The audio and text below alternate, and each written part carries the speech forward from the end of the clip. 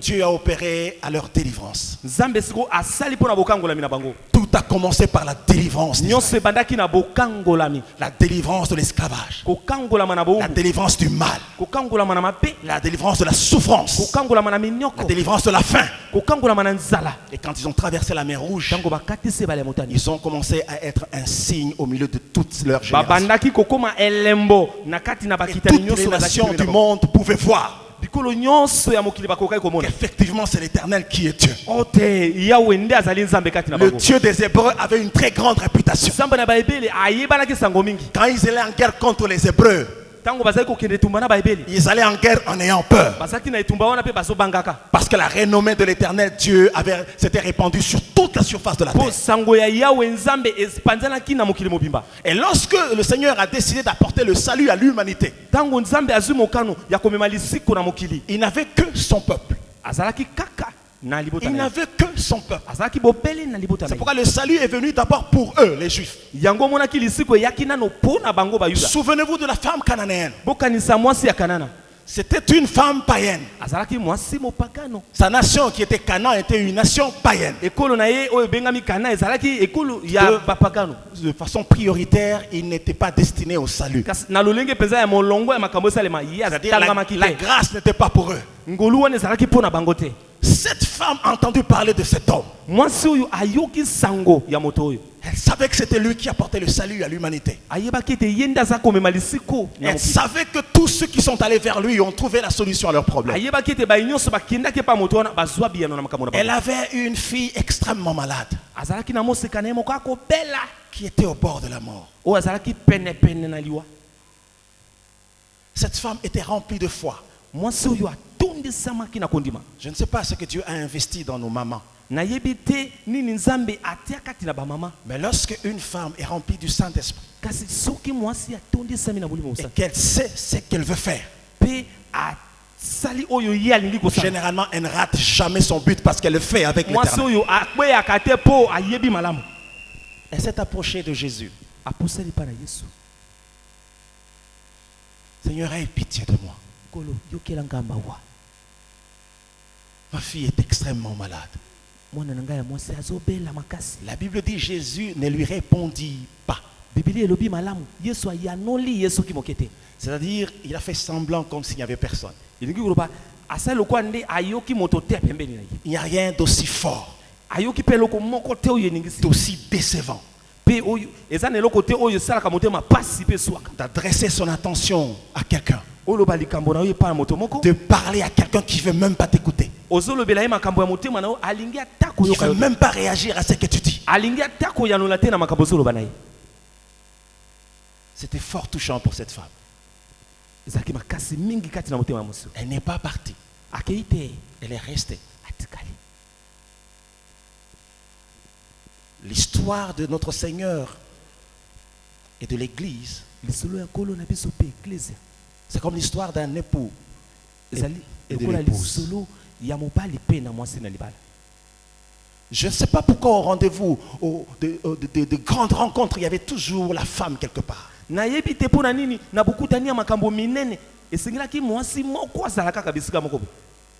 Avec la femme samaritaine, c'était la même chose.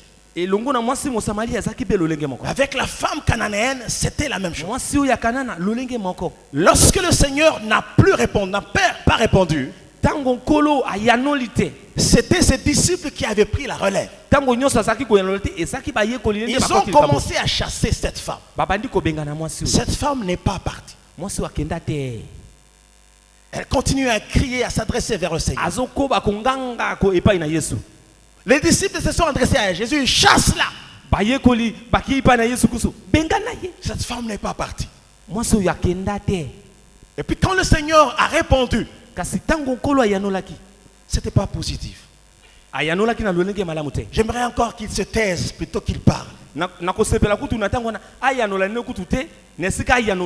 que lorsqu'il a parlé, il a dit, le salut n'est pas pour vous, c'est pour les Juifs. Je suis venu pour les brebis perdues d'Israël. Elle n'était pas d'Israël. Donc il n'est pas venu pour elle. Cette femme n'est pas partie. L'image des nations païennes qui n'étaient pas appelées, mais qui ont été trouvées. La puissante expression de la grâce. Alléluia. Amen. Cette femme était là. Ma fille est au bord de la mort. La deuxième réponse de Jésus, c'était plus qu'une insulte. Il a dit, on ne donne pas la nourriture des enfants aux chiens.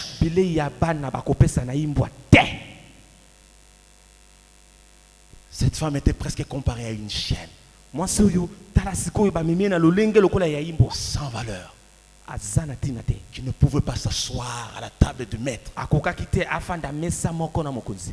Il n'était même pas digne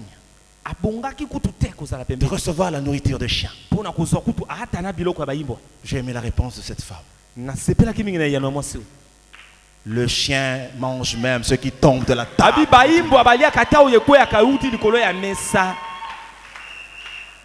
Remarquez une chose.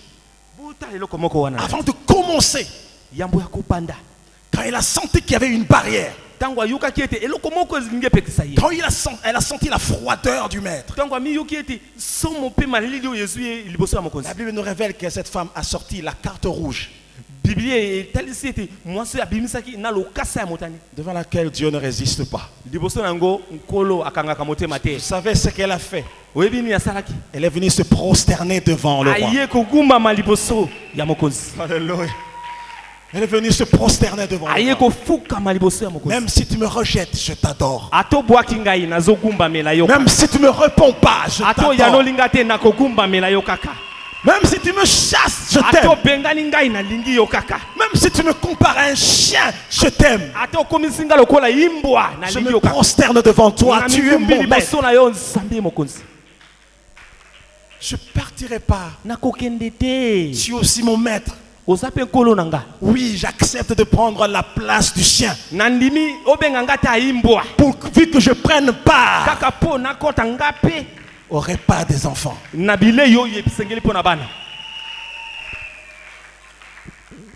Quand la foi s'associe à l'adoration, aucune porte fermée ne peut rester fermée. L'image de cette femme est très forte. C'est par cette femme, c'est par l'exemple de cette femme que la grâce de Dieu a visité les nations païennes. Mais remarquez une chose. Finalement, le Seigneur était déçu. Les Juifs pour qui il a apporté le salut, pour qui il a durement traité les païens, pour qui il a rejeté ceux qui venaient pour recevoir. Ces Juifs l'avaient rejeté. Israël l'avait rejeté. Le bonheur que Dieu fait descendre ne rentre jamais à Dieu. Il doit être consommé. La grâce de Dieu, c'est un bonheur. Lorsque les Juifs comme peuple, comme nation, a tourné le dos au Rédempteur qui leur apporta le Seigneur s'est tourné vers les restes, vers les nations païennes, ceux qui étaient destinés à la fête. Chacun a trouvé sa raison pour ne pas venir, pour ne pas honorer l'invitation. Le maître de la fête est sorti dans la rue. Il est allé trouver ceux qui n'avaient pas reçu l'invitation. Ceux qui n'étaient pas appelés, il les a trouvés. Mais frère, nous n'étions pas appelés. Nous n'étions pas appelés. Mais la grâce de Dieu nous a trouvés. Ce que Dieu veut faire en ce temps de la fin, a exigé à ce que Dieu se trouve un peuple. Cela exige à ce que Dieu se trouve une nation. Il y a des missions que Dieu confie aux hommes. C'est pourquoi les patriarches se sont levés. C'est pourquoi les prophètes se sont levés. Mais il y a des missions que Dieu confie aux nations. À une nation particulière. Comme les Juifs, comme nation, ont rejeté. Dieu a commencé à chercher une autre nation. Une nation qui ferait exactement ce que cette femme cananéenne a fait. Une nation qui serait remplie des hommes et des femmes de foi. Qui se prosternent devant le roi. Des hommes et des femmes qui l'adorent. Je veux vous dire une chose. Dieu nous a trouvés. Dieu a trouvé le Congo et les Congolais. Un peuple qui l'adore. Malgré qu'il ne voit pas la nourriture tomber. Ce peuple adore. Alléluia. L'autre fois, je vous ai donné une image forte de l'arche de l'Éternel. L'arche de l'Éternel est descendue avec 4 anges. Il y avait 2 devant et 2 derrière. Qui descendaient du ciel avec l'arche. L'arche avait une destination. Et ces anges avaient la mission d'amener l'arche dans une nation. La nation que Dieu s'est trouvée. Et ces anges ont commencé à circuler sur tous les continents. Ils sont allés en Amérique. Ils sont passés par l'Asie. Ils ne se sont pas arrêtés, ils sont passés en Europe. Oriental, occidental, ils se sont pas. Ils sont arrivés en Afrique. Ils se sont arrêtés sur l'Afrique. Alléluia!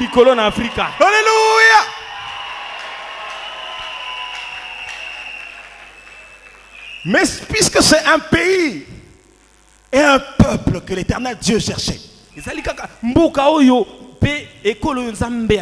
ils ont commencé à chercher la nation. Côte ouest,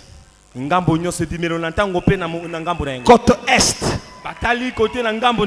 Ils sont allés au nord. Ils passaient au centre pour aller vers le sud. En passant par le centre.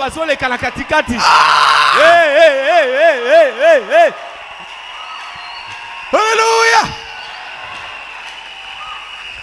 Ils ne pouvaient plus aller au sud. Parce que c'est au centre de l'Afrique qu'ils ont vu la nation. Et l'arche de l'Éternel est descendue en RDC. Nous sommes un pays que Dieu a trouvé par sa grâce. Peu importe ce que vous êtes aujourd'hui. Nos lendemains dans ce pays sont glorieux. Quel que soit ce qui nous arrive aujourd'hui, nos lendemains sont glorieux dans ce pays. Parce que nous sommes au temps qui précède de justesse l'avènement du Fils de Dieu.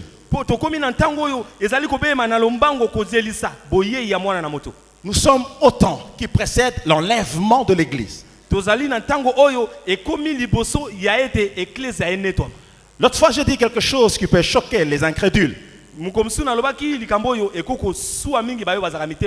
J'ai dit, nous avons la grâce, notre génération, de voir le retour de Christ. Est-ce que je peux vous dire quelque chose qui peut vous choquer? Parmi vous, il y a des gens qui ont trouvé grâce, qui seront enlevés. Je ne parle pas de l'enlèvement qui vient après la mort. Ils seront encore vivants, ils seront rassasiés des jours. Ils ne mourront pas, ils verront la gloire de Dieu. À un moment quand on parle de ces choses, nous avons l'impression d'être des fous. C'est comme si on est monté sur un arbre haut On a raté une branche et on est tombé la tête la première. Et quand on se lève, on commence à dire des choses. Écoutez, la folie de Dieu est plus sage que la sagesse des hommes. Nous n'avons pas de choix, mes frères. Nous devons célébrer ces choses. Dans les éditions Eden qui viendront, nous allons davantage mettre la célébration au rendez-vous. Parce que nous penserons à ce que l'Éternel Dieu aura fait pour notre pays. Écoutez-moi, je vais vous dire une chose. Yahweh Shammah s'est levé sur ce pays. Croyez-moi, tout ce qui se fait, il a son œil. Et maintenant, ce n'est plus le moment où il laisse sa patience courir. C'est le moment où il commence à rendre coup sur coup. Mal pour mal, bien pour bien. Vous faites le bien, vous verrez le bonheur. Vous faites le mal, votre mal vous trouvera. Alléluia. Dieu a révélé une chose. Le diable a peur de perdre ce pays. Est-ce que vous savez que les rôles ont été effectivement renversés? Ce n'est plus le diable qui attaque. C'est maintenant nous qui attaquons.